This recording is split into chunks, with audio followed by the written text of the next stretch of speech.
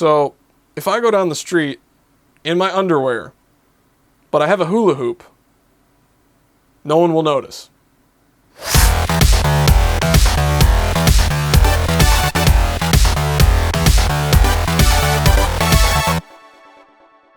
So anyway, this is a very interesting song, very provocative music video, of course. She looks great, you know, the concept where this guy's like watching her in his virtual reality and there's like this disconnect. Really interesting topic to think about, but focusing on the song itself, I was not that impressed. And I was not that impressed from a very structural and technical point of view, rather than this being some sort of concept or song or melody that I just didn't personally like. First of all, the vocals are very far back in the mix. They're almost a little bit buried in a lot of places, to the point of where I would actually call them buried and overrun by the backing track. And this is especially interesting, I think, aesthetically and conceptually, because this whole video is focusing on her. She's up front, you know, she's with a black background. There's nothing else to really look at for a lot of the video. The focus is 100% on her being front and center stage, but then the vocals are kind of way back here when the backing track is kind of creeping up and obscuring or hiding them. It's just one of those things where, like, visually the concept was absolutely opposite of vocally or the sound. And obviously the whole song is not like that. I'm sure people are going to point to the first verse saying, hey, you know,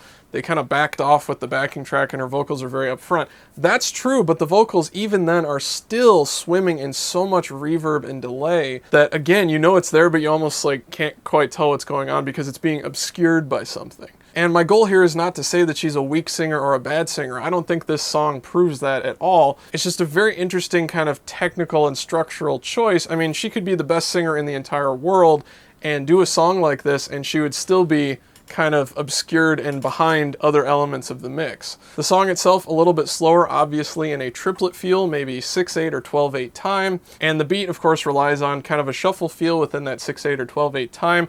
Almost a little bit a very simple derivative of like the Purdy shuffle, the famous drum beat. If you don't know what that is, look it up. So I did like that, but overall I think the song was just a little bit stagnant, a little bit stationary, especially after the first verse. Didn't quite build up to anything super exciting, didn't quite drop off the energy level either. So it was very just kind of straight line for me, and I've talked about this a lot with songs. When a song is kind of like that, but then you combine that with the vocals being kind of distant, you have to wonder what's actually carrying the song, what's pushing the song forward, what is the driving force that your ear goes to and really makes you excited about it. And if the vocals are in the background for a lot of it, the beat is just there to drive the song along and set up everything else. It's not an EDM or hip hop or trap song that's beat focused. And then the remaining sounds in the song are mostly dominated by a very ambient and kind of ambiguous sounding synth pad part that's also sidechained and sounds like has a ton of reverb on it. And there's no instrument like solo guitar or saxophone or trumpet that's driving it along. So what we have is the three main elements of this song,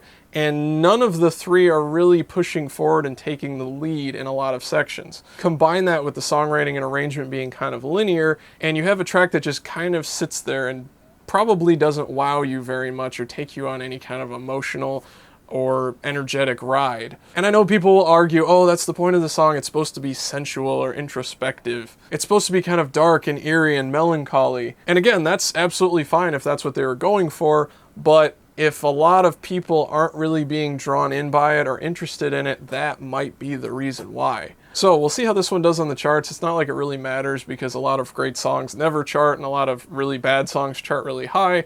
But going along with that theme of how many people enjoy it or not, that's kind of a gauge to that. So let me know in the comment section what you think about that. What did you think about this song, the timing of the comeback, the style of the comeback, and what I especially want to hear about from you guys, do you think the visual concept matched the song? So thanks so much for watching this quick review. If you could like, comment, and subscribe, share this video all over the place, Facebook, Tumblr, Twitter, forums, all that stuff really helps me out, and I'll see you guys next time.